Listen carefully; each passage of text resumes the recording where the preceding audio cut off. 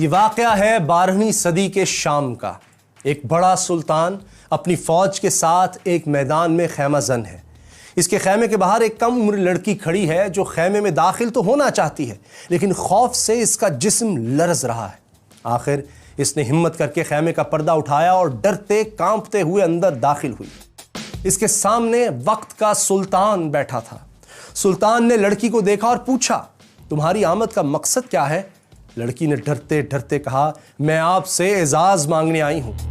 اعزاز اس شہر کا نام ہے جسے سلطان نے 38 دن کی لڑائی اور ہزاروں جانوں کی قربانی کے بعد فتح کیا تھا، حتیٰ کہ اس شہر کے لیے سلطان نے اپنی زندگی بھی خطرے میں ڈال دی تھی۔ پھر بھی وہ اس لڑکی کو انکار نہیں کر سکا۔ اس نے کہا، اگر تم اعزاز مانگتی ہو تو یہ علاقہ تمہارا ہوا، یہ کہا اور اس لڑکی کو بہت سی دولت دے کر اپنے خیمے سے رخصت کر دیا۔ سلطان جانتا تھا کہ اس لڑکی کو اس کے دشمنوں نے بھیجا ہے، پھر بھی اس نے لڑکی کی بات مان لی، کیونکہ یہ لڑکی سلطان کے محسن نور الدین زنگی رحمۃ اللہ علیہ کی بیٹی تھی۔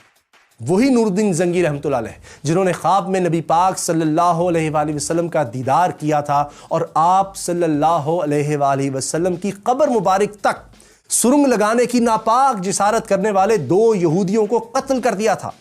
اور نور الدین زنگی رحمۃ اللہ علیہ کی بیٹی جس سلطان سے اعزاز شہر مانگنے آئی تھی، وہ بھی کوئی معمولی انسان نہیں تھا۔ اس کا نام تھا صلاح الدین یوسف، جسے دنیا سلطان صلاح الدین ایوبی رحمۃ اللہ علیہ کے نام سے جانتی ہے۔ صلاح الدین ایوبی رحمۃ اللہ علیہ کی بایوگرافی دکھا رہے ہیں، لیکن ہاں، اگر آپ نے ابھی تک ہمارے چینل کو سبسکرائب نہیں کیا تو ضرور کیجئے، تاکہ آپ تاریخی شخصیات کی مستند بایوگرافیز دیکھ، سن اور جان سکیں۔ سلطان ایوبی رحمۃ اللہ علیہ نے جس طرح اعزاز شہر ایک لڑکی کے حوالے کر دیا تھا، انہیں اپنی سلطنت اس طرح پلیٹ میں رکھ کر نہیں ملی تھی، بلکہ اس کے لیے ہر قدم پر جنگ و جدل کا سامنا کرنا پڑا تھا۔ صلاح الدین ایوبی رحمۃ اللہ علیہ پیدائشی حکمران نہیں تھے، بلکہ ان کے چچا شیرکو نور الدین زنگی رحمۃ اللہ علیہ کے کمانڈر تھے۔ اس حیثیت میں وہ اپنے بھتیجے کو بھی ہر جنگ میں اپنے ساتھ لے جاتے تھے۔ اس دور میں اسلامی سلطنت کئی حصوں میں تقسیم ہو چکی تھی۔ عباسی سلطنت صرف بغداد تک محدود رہ گئی تھی۔ عراق اور شام کے زیادہ تر علاقے خود مختار حکمرانوں کے کنٹرول میں تھے، جو ہر وقت آپس میں لڑتے رہتے تھے، جبکہ مصر پر فاطمی خاندان کی حکومت تھی۔ بیت المقدس سمیت فلسطین کے کئی علاقوں پر بیوں کا کنٹرول تھا۔ ان حالات میں نور الدین زنگی رحمۃ اللہ علیہ نے شام کے بیشتر علاقوں پر قبضہ کر لیا۔ پھر انہوں نے مصر کی مدد کے لیے فوج بھیجی تو صلاح الدین ایوبی بھی اس فوج میں شامل ہو کر مصر چلے گئے۔ اس زمانے میں مصر کی حالت یہ تھی کہ کرپشن کی وجہ سے فاطمی سلطنت بہت کمزور ہو چکی تھی۔ اختیارات خلیفہ سے زیادہ وزیروں کے کنٹرول بن چکے تھے۔ انہوں نے فاطمی خلیفہ کو حکومت سے ہٹا دیا۔ وہ خود نور الدین زنگی رحمۃ اللہ علیہ کے گورنر کی حیثیت میں مصر پر حکومت کرنے لگے۔ مصریوں نے کبھی اتنا رحم دل اور سخی حکمران نہیں دیکھا تھا۔ صلاح الدین نے مصر کا گورنر بنتے ہی قاہرہ کا سارا خزانہ غریب عوام میں تقسیم کر دیا اور اپنے لیے پھوٹی کوڑی بھی نہیں رکھی۔ صلاح الدین ایوبی رحمۃ اللہ علیہ شاید مصر کے گورنر کی حیثیت سے ہی زندگی گزار دیتے، لیکن نور الدین زنگی رحمۃ اللہ علیہ کے انتقال نے ان کی زندگی میں ایک انقلاب برپا کر دیا۔ نور الدین زنگی کا بیٹا الصالح کم عمر تھا۔ سازشی درباریوں نے زنگی خاندان کی سلطنت آپس میں تقسیم کر لی۔ جب صلاح الدین ایوبی نے یہ صورتحال دیکھی تو انہوں نے مصر کو ایک الگ سلطنت میں تبدیل کر دیا اور خود اس کے سلطان بن گئے۔ پھر انہوں نے نور الدین زنگی کے سازشی امراء کو سبق سکھانے کا فیصلہ کیا اور شام پر حملہ کر دیا۔ ان کی خواہش تو تھی کہ نور الدین زنگی رحمۃ اللہ علیہ کا بیٹا ان کا ساتھ دے، لیکن ظاہر ہے وہ سازشی امراء کے ہاتھوں میں کھیل رہا تھا، اس لیے صلاح الدین ایوبی کی اس سے نہ بن سکی۔ ایوبی رحمۃ اللہ علیہ نے جلد ہی دمشق فتح کر لیا اور مصر سے لے کر شام تک ایک بڑے علاقے کے حاکم بن گئے۔ سلطان ایوبی رحم دل، سخی اور بہادر تو تھے ہی، لیکن ان کی سب سے بڑی خوبی یہ تھی کہ ان کا دل بہت بڑا تھا۔ وہ اپنے دشمن کی خوبیوں کی بھی تعریف کرتے تھے اور موقع ملتا تو پرانی دشمنیاں بھلا کر اپنے بدترین دشمنوں کو بھی دوست بنا لیتے تھے۔ اور سلطان کا ایک ایسا ہی دشمن تھا جو ان کے خون کا پیاسا تھا، لیکن سلطان کی مہربانی سے وہی دشمن ان کا سب سے بڑا دوست ثابت ہوا۔ یہ شخص فرقہ باطنیہ کا لیڈر شیخ سنان تھا، جو شام کے قلعہ مسیاف کا حکمران تھا۔ یہ فرقہ عام انسانوں کو ٹریننگ دے کر زبردست قاتل بنا دیتا تھا۔ یہ قاتل فدائی کہلاتے تھے۔ فدائی حشیش کا عام استعمال کرتے تھے، اس لیے انہیں حشیشن بھی کہا جاتا تھا۔ بعد میں حشیشن کا لفظ انگلش میں اسیسن بن گیا، جس کا مطلب ہے خونی قاتل۔ یہ حشیشن یا فدائی اتنے خطرناک تھے کہ ان کے خوف سے اسلامی دنیا کے بڑے بڑے حکمران کانپتے تھے۔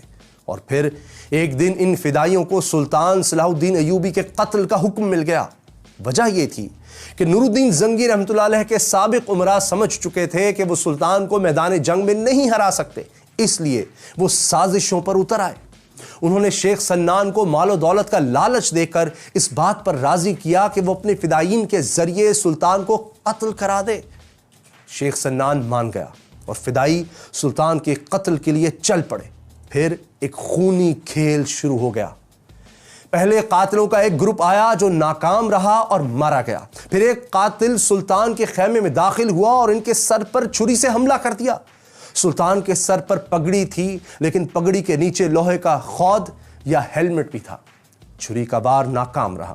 سلطان کے محافظوں نے فدائی کو قتل کر دیا، لیکن وہ فدائی قتل ہوا تو ایک اور آ گیا، وہ مارا گیا۔ پھر تیسرا آیا، وہ بھی مارا گیا۔ لیکن سلطان سمجھ گئے تھے کہ جب تک شیخ سنان کا خاتمہ نہیں ہوگا، ان کی زندگی پر یہ تلوار لٹکتی رہے گی۔ چنانچہ وہ ایک بڑی فوج لے کر نکلے اور مسیاف کا محاصرہ کر لیا، جہاں شیخ سنان موجود تھا۔ لیکن شیخ سنان کو اس حملے کی کوئی پرواہ نہیں تھی۔ پھر ایک رات ایک عجیب واقعہ ہوا جس نے سارے معاملے کا رخ ہی بدل دیا۔ ہوا یوں کہ سلطان اپنے خیمے میں سو رہے تھے کہ اچانک ان کی آنکھ کھل گئی۔ انہوں نے دیکھا خیمے کے چراغ بجھ چکے تھے اور خیمے میں کوئی اور بھی موجود تھا۔ سلطان نے محافظوں کو آواز دی، وہ دوڑتے ہوئے آئے اور جب چراغ دوبارہ جلائے گئے تو سب نے ایک حیرت انگیز منظر دیکھا۔ سلطان کے بستر کے قریب ایک خنجر پڑا تھا، اس کے ساتھ ایک کاغذ تھا جس پر لکھا تھا، بادشاہ سلامت، آپ ہمارے رحم و کرم پر ہیں، ذرا ہوش میں آئیے۔ سلطان بہت حیران ہوئے۔ ان کے حکم پر محافظوں نے خیمے کے گرد جائزہ لیا تو ایک شخص کے قدموں کے نشانات کچھ دور تک دکھائی دیے، لیکن کوئی پکڑا نہیں جا سکا۔ سلطان اپنے دشمنوں کی دیدہ دلیری اور حیرت انگیز جنگی صلاحیتوں سے بہت متاثر ہوئے۔ انہوں نے شیخ سنان کو دوست بنا لیا اور ایسا پکا دوست بنایا کہ وہی شخص جو سلطان کے خون کا پیاسا تھا، وہ سلطان کے ساتھ مل کر انہی کے دشمنوں سے لڑتا رہا۔ تاہم بعض مورخین یہ بھی کہتے ہیں کہ اس رات سلطان کے خیمے میں کوئی نہیں آیا تھا۔ یہ واقعہ بالکل جھوٹ ہے۔ وہ یہ بھی کہتے ہیں کہ سلطان کے سخت محاصرے سے خوف زدہ ہو کر شیخ سنان نے خود رحم کی درخواست کی تھی۔ قصہ کچھ بھی ہو، بہرحال سلطان نے اپنے بدترین دشمن کو بھی اپنا اتحادی بنا کر اعلیٰ ظرفی اور سیاسی بصیرت کا ثبوت دیا۔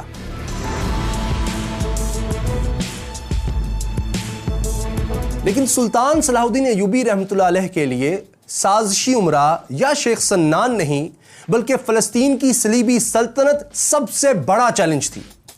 صلیبیوں نے 1099 میں بیت المقدس پر قبضہ کر لیا تھا۔ ان کی حکومت کو 1 صدی ہونے کو آئی تھی، لیکن وہ علاقے کی باقی سلطنتوں کے ساتھ امن سے رہنے پر تیار نہیں تھے۔ سلطان نے ان سے صلح کی کئی کوششیں کی، کیونکہ وہ سب کے ساتھ پرامن طریقے سے رہنا چاہتے تھے۔ وہ تو آپس میں لڑنے والی مسلمان سلطنتوں کو بھی متحد کرنا چاہتے تھے۔ سلطان کو صلیبیوں اور مسلمان حکمرانوں دونوں سے ہی جنگیں لڑنا پڑیں، لیکن حقیقت میں وہ دونوں ہی سے امن کے معاہدے کرنا چاہتے تھے۔ ایک طرف تو انہوں نے صلیبیوں سے صلح کے معاہدے کیے، تو دوسری طرف مسلمان حکمرانوں کی ایک کانفرنس بھی منعقد کرائی۔ اس کانفرنس میں طے پایا کہ یہ حکمران اب ایک دوسرے کے خلاف تلوار نہیں اٹھائیں گے۔ ان معاہدوں سے سلطان کو اطمینان ہو گیا تھا کہ اب خطے میں دوبارہ جنگ نہیں ہوگی۔ لیکن صلاح الدین ایوبی رحمۃ اللہ علیہ کے دشمن جلد ہی صلح کے معاہدے توڑنے لگے۔ خاص طور پر موصل کا حکمران بار بار صلیبیوں کے ساتھ مل کر سلطان کے خلاف سازشیں شروع کر دیتا تھا۔ سلطان نے موصل کے حکمران کو سازشوں کی سخت سزا دی اور شہر کا محاصرہ کر لیا۔ آخر موصل کے حکمران نے بھی سلطان سے ایک معاہدے کے تحت امن قائم کر لیا۔ تاہم صلیبی اپنی طاقت کے زوم میں سلطان کے ساتھ مستقل صلح نہیں چاہتے تھے۔ چنانچہ 1177 میں سلطان نے فوج جمع کی اور مصر سے نکل کر فلسطین پر حملہ کر دیا۔ شروع میں انہیں بہت کامیابی ملی اور انہوں نے کئی قلعے فتح بھی کر لیے، لیکن ان قلعوں کی حفاظت کے لیے کافی فوج پیچھے چھوڑنا پڑی۔ چنانچہ جب وہ فلسطینی شہر رام اللہ کے قریب پہنچے تو ان کی فوج آدھی بھی نہیں رہی تھی۔ صلیبیوں نے اس صورتحال کا فائدہ اٹھایا اور 25 نومبر 1177 کو صلاح الدین ایوبی رحمۃ اللہ علیہ پر اچانک حملہ کر کے انہیں پیچھے ہٹنے پر مجبور کر دیا۔ یہ پہلا موقع تھا کہ سلطان صلاح الدین ایوبی رحمۃ اللہ علیہ کو میدان جنگ میں ناکامی ہوئی تھی، لیکن اصل سلطان وہی ہوتا ہے جو ناکامی سے بھی سبق سیکھے۔ اس جنگ کے بارے میں سلطان نے خود دمشق میں اپنے بھائی توران شاہ کو خط لکھا۔ سلطان نے لکھا، ہم بڑی مشکل سے جان بچا کر آئے ہیں، خدا کو ہم سے کوئی بہتر کام لینا تھا جو بچا لیا۔ سلطان کو اپنی شکست کا حساب برابر کرنے کا موقع جلد ہی مل گیا۔ ہوا یوں کہ رام اللہ میں کامیابی حاصل کر کے صلیبی یہ سمجھنے لگے کہ سلطان اب اپنی سلطنت کا دفاع نہیں کر سکتے، اس لیے بیت المقدس کے صلیبی حکمران بالڈون فور نے دمشق پر چڑھائی کر دی۔ لیکن وہ غلطی پر تھا، کیونکہ سلطان صلاح الدین ایوبی رحمۃ اللہ علیہ کی طاقت میں کوئی کمی نہیں آئی تھی، انہیں صرف وقتی طور پر کم تعداد کی وجہ سے پیچھے ہٹنا پڑا تھا۔ لیکن بالڈون کے حملے کے جواب میں اب وہ اپنی پوری فوج جمع کر چکے تھے۔ 10 جون 1179 کو جب دونوں فوجیں آمنے سامنے آئیں تو صلاح الدین ایوبی نے اپنے فوجیوں کے سامنے ایک زبردست تقریر کی۔ انہوں نے کہا، مسلمان ذلت کی زندگی پر موت کو ترجیح دیتا ہے، آگے بڑھو اور دشمن کو بتا دو کہ مسلمان پیٹھ پر نہیں سینے پر زخم کھاتا ہے۔ چنانچہ جب جنگ ہوئی تو سلطان کے وفاداروں نے بالڈون کی فوج کو زبردست شکست دی۔ شکست خوردہ بالڈون نے صلح کی درخواست کی۔ سلطان چاہتے تو دشمن کی شکست اور کمزوری کا فائدہ اٹھا کر فلسطین کو اسی وقت دشمن سے چھین سکتے تھے۔ وہ یہ بھی جانتے تھے کہ دشمن صلح کے معاہدے توڑ بھی سکتا ہے، لیکن پھر بھی انہوں نے رحم سے کام لیا اور ایک بار پھر اپنے بدترین دشمنوں سے صلح کر لی۔ لیکن یہ صلح ماضی کے معاہدوں سے مختلف تھی، کیونکہ یہ صلح آخری صلح تھی۔ صلح کے بعد چند سال تو سکون سے گزر گئے۔ بالڈون فور 1185 تک زندہ رہا اور وہ صلح کے معاہدے پر بھی عمل کرتا رہا، لیکن کوڑ کے مرض کی وجہ سے اس کی موت ہو گئی، جس کے بعد بیت المقدس کی صلیبی سلطنت بھی امراء کی سازشوں کا شکار ہونے لگی۔ اس دوران بیت المقدس میں گائے آف لوزائنن کی حکومت آ گئی، جو مسلمانوں کا کھلا دشمن تھا۔ اس کے دور میں صلیبیوں نے مسلمانوں کے خلاف پھر کارروائیاں شروع کر دیں۔ ایک صلیبی سردار رینالڈ نے مسلمانوں کو تنگ کرنا شروع کر دیا۔ یہ سردار اس حد تک چلا گیا کہ اس نے مدینہ منورہ میں نبی اکرم صلی اللہ علیہ وآلہ وسلم کے روضہ مبارک کو نعوذ باللہ تباہ کرنے کا ارادہ کر لیا۔ اس نے صرف ارادہ ہی نہیں کیا، بلکہ اس نے اپنے بحری جہازوں کے ذریعے عرب ساحلی علاقوں پر حملے بھی کرائے۔ لیکن سلطان کے بحری جنگی جہازوں نے رینالڈ کے بحری بیڑے کو تباہ کر کے یہ ناپاک منصوبہ ناکام بنا دیا۔ لیکن رینالڈ اپنی حرکتوں سے باز نہیں آیا۔ اس نے مصر اور شام کے درمیان سفر کرنے والے مسلمانوں کے قافلوں کو لوٹنا شروع کر دیا۔ صرف تجارتی قافلوں کو ہی نہیں بلکہ حاجیوں کے قافلوں کو بھی لوٹا گیا۔ رینالڈ نے ایک ایسے قافلے پر بھی حملہ کر دیا جس میں سلطان کی بہن بھی شامل تھی۔ قافلے کو تو لوٹ لیا گیا، لیکن سلطان کی بہن کسی نہ کسی طرح دشمن سے بچ کر سلطان کے خیمے میں پہنچی اور قافلے پر بیتنے والے ظلم کا حال بیان کیا۔ قافلے پر ظلم کا حال سن کر اور اپنی بہن کی بے عزتی پر غیرت مند بھائی کا خون کھول اٹھا۔ سلطان نے قسم کھائی کہ وہ رینالڈ کو اپنے ہاتھوں سے قتل کریں گے۔ بہرحال اب سلطان نے اپنے تمام اتحادیوں اور گورنروں کو خط لکھے اور انہیں کہا کہ وہ فوج لے کر سلطان کی مدد کو پہنچیں، کیونکہ اب صلیبیوں کے خلاف فیصلہ کن جنگ کا وقت آ گیا ہے۔ چنانچہ مصر اور شام سمیت کئی مسلمان ممالک سے بڑی تعداد میں فوجیں دمشق پہنچنے لگیں، جسے سلطان نے اس وقت اپنا ہیڈ کوارٹر بنا رکھا تھا۔ سلطان نے فوج جمع کی اور صلیبیوں کے زیر کنٹرول شہر تبریا یا ٹائبرس کا محاصرہ کر لیا۔ جواب میں رینالڈ نے بھی جنگ کی تیاریاں شروع کر دیں۔ وہ گائے آف لوزائنن کا گہرا دوست بھی تھا، اس لیے گائے بھی اپنی فوج کے ساتھ میدان میں آ گیا۔ اس نے سلطان ایوبی سے صلح کا معاہدہ بھی توڑ دیا۔ کہا جاتا ہے کہ بیت المقدس پر صلیبی قبضے کے بعد سے صلیبیوں نے اتنی بڑی فوج جمع نہیں کی تھی جو سلطان ایوبی رحمۃ اللہ علیہ کے مقابلے پر آئی۔ رینالڈ اور گائے کی متحدہ فوج نے سلطان کی طرف پیش قدمی شروع کی۔ سلطان نے صلیبیوں کو فیصلہ کن شکست دینے کے لیے حتین کا علاقہ چن لیا۔ اس علاقے میں پانی کے چند ایک ہی چشمے تھے اور زیادہ تر علاقہ بنجر اور ویران تھا۔ سلطان کی فوج پانی کے چشموں کے پاس ٹھہر گئی، جبکہ صلیبی فوج کو سلطان تک پہنچنے کے لیے 20 کلومیٹر کے ایک ایسے علاقے سے بھی گزرنا تھا جہاں پانی ہی نہیں تھا۔ کچھ صلیبی کمانڈر یہ کہہ رہے تھے کہ آگے بڑھنے میں خطرہ ہے کیونکہ انہیں فوج کے لیے پانی نہیں ملے گا، لیکن گائے نے ان کی بات نہ مانی کیونکہ اسے اعتماد تھا کہ جنگ میں اسے کوئی نہیں ہرا سکتا۔ اس یقین کی وجہ تھی صلیب اعظم یا ٹرو کراس۔ جی ہاں، صلیبیوں کے پاس ایک بہت بڑی صلیب تھی جس میں لکڑی کا ایک ٹکڑا نمایاں تھا۔ صلیبیوں کا عقیدہ تھا کہ یہ ٹکڑا اسی اصل صلیب کا ہے جس پر حضرت عیسیٰ علیہ السلام کو رومیوں نے مصلوب کیا تھا۔ صلیبی فوج صلیب اعظم کو 20 بار میدان جنگ میں لے کر گئی تھی اور ہر بار فتح حاصل کی تھی۔ گائے اور اس کے ساتھی سمجھتے تھے کہ صلیب اعظم کی موجودگی میں یہ جنگ بھی وہی جیتیں گے، اس لیے انہوں نے راستے کی ساری مشکلات کو نظر انداز کر دیا، لیکن یہ ان کی سب سے بڑی بھول تھی۔ یہ فوج جیسے جیسے آگے بڑھتی گئی، گرمی اور پیاس کی شدت سے بے حال ہوتی گئی۔ چنانچہ جب یہ فوج سلطانی لشکر کے سامنے پہنچی تو تھکن اور پیاس سے نڈھال ہو چکی تھی۔ جب رات ہوئی تو سلطانی فوجیوں نے صلیبیوں کے کیمپ میں گھس کر گھوڑوں کی گھاس کے گٹھوں کو آگ لگا دی۔ صلیبیوں کے پاس آگ بجھانے کے لیے پانی ہی نہیں تھا، جبکہ آگ کی تپش سے ان کی پیاس اور بھڑک اٹھی۔ آگ اور دھوئیں کی وجہ سے وہ لوگ رات بھر سو بھی نہیں سکے۔ اگلے دن 4 جولائی 1187 کو سلطان نے صلیبی فوج پر حملہ کیا۔ مسلمانوں نے زہریلے تیروں کی بارش کر کے سینکڑوں صلیبی گھڑ سوار ہلاک کر دیے۔ پھر فوجی دستے آگے بڑھے اور دشمنوں پر ٹوٹ پڑے۔ صلیبی فوج کے زیادہ تر سپاہی بغیر لڑائی کے ہی میدان جنگ سے فرار ہو گئے۔ جو باقی بچے ان میں مقابلے کی طاقت ہی نہیں تھی، اس لیے وہ آسانی سے مارے گئے یا پکڑے گئے۔ صلیب اعظم بھی مسلمانوں کے قبضے میں چلی گئی۔ رینالڈ اور گائے دونوں جنگی قیدی بنے۔ صلیبی لشکر کے سپاہی پیاس سے ہانپ رہے تھے۔ سلطان نے انہیں پانی پلانے کا حکم دیا۔ گائے کو تو ٹھنڈا عرق گلاب پلایا، لیکن رینالڈ کو بدعہدی کی بھرپور سزا دی۔ سلطان نے اپنے ہاتھوں سے اس کا سر قلم کر دیا۔ یہ دیکھ کر گائے ڈر گیا کہ اب اس کی باری ہے، لیکن سلطان نے اسے اطمینان دلاتے ہوئے کہا، بادشاہ بادشاہوں کو قتل نہیں کیا کرتے۔ اب سلطان بیت المقدس کی طرف بڑھے۔ شہر کا حکمران تو پہلے ہی ان کی قید میں تھا۔ انہیں امید تھی کہ شہر آسانی سے فتح ہو جائے گا، لیکن صلیبیوں نے سلطانی فوج کا 1 ہفتے سے زیادہ عرصے تک ڈٹ کر مقابلہ کیا اور دونوں طرف سے بھاری جانی نقصان ہوا۔ سلطانی لشکر نے آگ کے گولوں کی بارش کر کے دیواروں میں شگاف پیدا کر دیے۔ صلیبی لشکر کو خوف ہوا کہ اگر مسلمان شہر پر قابض ہو گئے تو کہیں ان کے بیوی بچوں کو غلام ہی نہ بنا لیں۔ چنانچہ انہوں نے لڑائی کا ارادہ چھوڑ کر سلطان کے رحم کو پکارا، اور سلطان نے بھی اس پکار کا جواب رحم دلی سے ہی دیا۔ حالانکہ بیت المقدس وہی شہر تھا جہاں 88 برس پہلے جب صلیبیوں نے قبضہ کیا تھا تو خون کی ندیاں بہا دی تھیں، لیکن سلطان ایوبی تو سنت رسول صلی اللہ علیہ وآلہ وسلم پر عمل کرنے والے انسان تھے۔ جیسے نبی پاک صلی اللہ علیہ وآلہ وسلم نے فتح مکہ کے موقع پر اپنے بدترین دشمنوں کو معاف کر دیا تھا، اسی طرح فاتح بیت المقدس نے بھی اپنے دشمنوں کو معاف کر دیا۔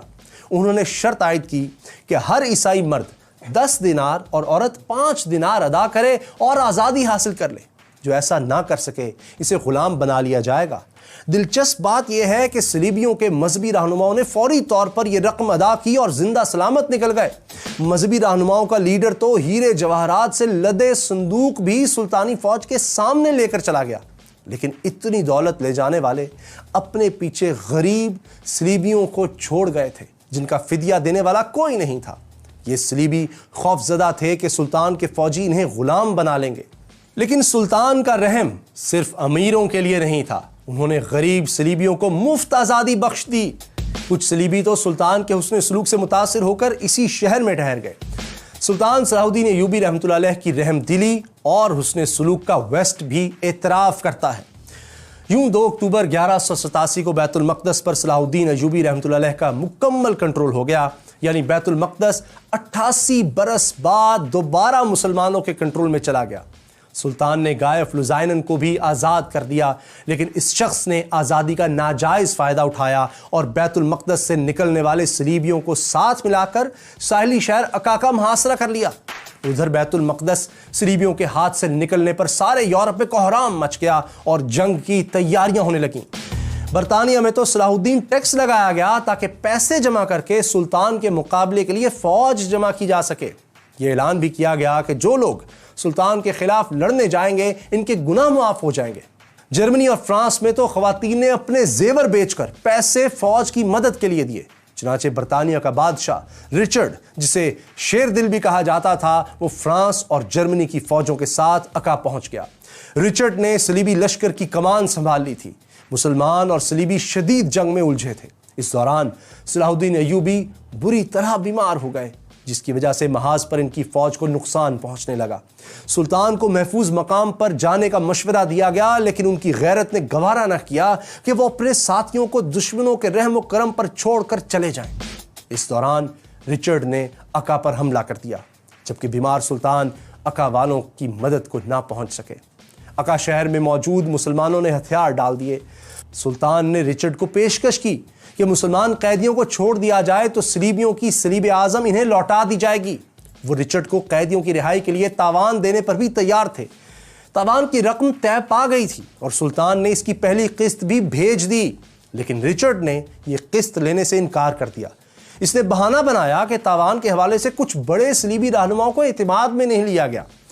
رچرڈ کچھ عرصے تک تو بات چیت کرتا رہا، لیکن وہ جوشیلا اور جلد باز نوجوان تھا اور جنگ کا شوقین بھی، چنانچہ وہ زیادہ دیر بات چیت نہ کر سکا۔ اس نے عورتوں اور بچوں سمیت 4000 قیدیوں کو قتل کروا دیا۔ سلطان کو اس قتل عام پر سخت غصہ آیا۔ انہوں نے صلیب اعظم دمشق بھیج دی، جو پھر کبھی صلیبیوں کو نہیں ملی اور تاریخ کے ریکارڈ سے غائب ہو گئی۔ آج بھی کسی کو یہ معلوم نہیں کہ یہ صلیب کہاں ہے۔ بہرحال رچرڈ نے اکا میں مسلمانوں کا قتل عام کرنے کے بعد ایک اور ساحلی شہر جافا پر قبضہ کر لیا۔ صلاح الدین ایوبی رحمۃ اللہ علیہ نے پیچھے ہٹ کر بیت المقدس میں دفاعی پوزیشن لے لی۔ رچرڈ بیت المقدس تک پہنچا، مگر اسے فتح کرنے کی طاقت اس میں نہیں تھی۔ وہ جافا لوٹ گیا۔ سلطان نے جافا کی طرف پیش قدمی کی اور اس موقع پر دونوں فوجوں میں پھر شدید لڑائی ہوئی، لیکن کوئی فیصلہ نہ ہو سکا۔ اس دوران رچرڈ بیمار ہوا تو سلطان نے اس کے لیے شربت اور دوائیں بھیجیں اور خود بھی اس کی عیادت کے لیے گئے۔ رچرڈ کو اب اپنے وطن کی یاد ستا رہی تھی۔ اسے یہ خبریں بھی مل رہی تھیں کہ انگلینڈ میں اس کے بھائی جان نے اس کی حکومت کے خلاف بغاوت کر دی ہے۔ چنانچہ اس نے صلاح الدین ایوبی رحمۃ اللہ علیہ سے صلح کر لی۔ صلح کے تحت جافا اور اکا سمیت کچھ ساحلی شہر صلیبیوں کے قبضے میں رہے۔ انہیں بیت المقدس میں اپنے مقامات مقدسہ کی زیارت کی اجازت بھی دے دی گئی۔ یوں یہ لڑائی ختم ہوئی۔ رچرڈ انگلینڈ واپس چلا گیا۔ یوں رچرڈ اور صلاح الدین ایوبی کی 3 سالہ جنگ ختم ہو گئی۔ صلیبیوں کی واپسی کے بعد سلطان بھی بے فکر ہو کر گھر لوٹ سکتے تھے۔ صلاح الدین ایوبی رحمۃ اللہ علیہ دمشق پہنچ گئے، لیکن ان کے دل میں ایک خلش تھی۔ سلطان کو حج کی بہت آرزو تھی، لیکن اپنی مصروفیت کی وجہ سے وہ اب تک حج نہیں کر سکے تھے۔ جب وہ دمشق واپس پہنچے تو اس سال بھی حج پر جانے کا وقت گزر چکا تھا۔ سلطان بہت روئے، اور جب حاجیوں کا ایک قافلہ واپس آیا تو سلطان اس کے استقبال کے لیے بہت دور تک گئے اور ایک ایک حاجی سے گلے مل کر روئے۔ واپسی پر انہیں بخار ہو گیا، شاید انہیں سردی لگ گئی تھی۔ وہ اس بری طرح بیمار ہوئے کہ کوئی ہوش نہ رہا۔ حالت یہ تھی کہ حافظ قرآن ان کے سرہانے بیٹھے مسلسل تلاوت کرتے رہتے، جبکہ دمشق کے شہری روزانہ ان کی خیریت دریافت کرنے گھر کے دروازے کے باہر جمع ہو جاتے۔ 4 مارچ 1193 کی صبح سلطان نے آنکھیں کھولی، تلاوت سن کر مسکرائے، پھر ان کے لب ہلے جیسے وہ کچھ پڑھ رہے ہوں، پھر ان کی روح پرواز کر گئی۔ شہر کے لوگوں کو سلطان کی وفات کا علم ہوا تو وہ گھروں سے باہر نکل آئے اور دھاڑے مار مار کر رونے لگے۔ سلطان کو دمشق میں ہی دفن کیا گیا۔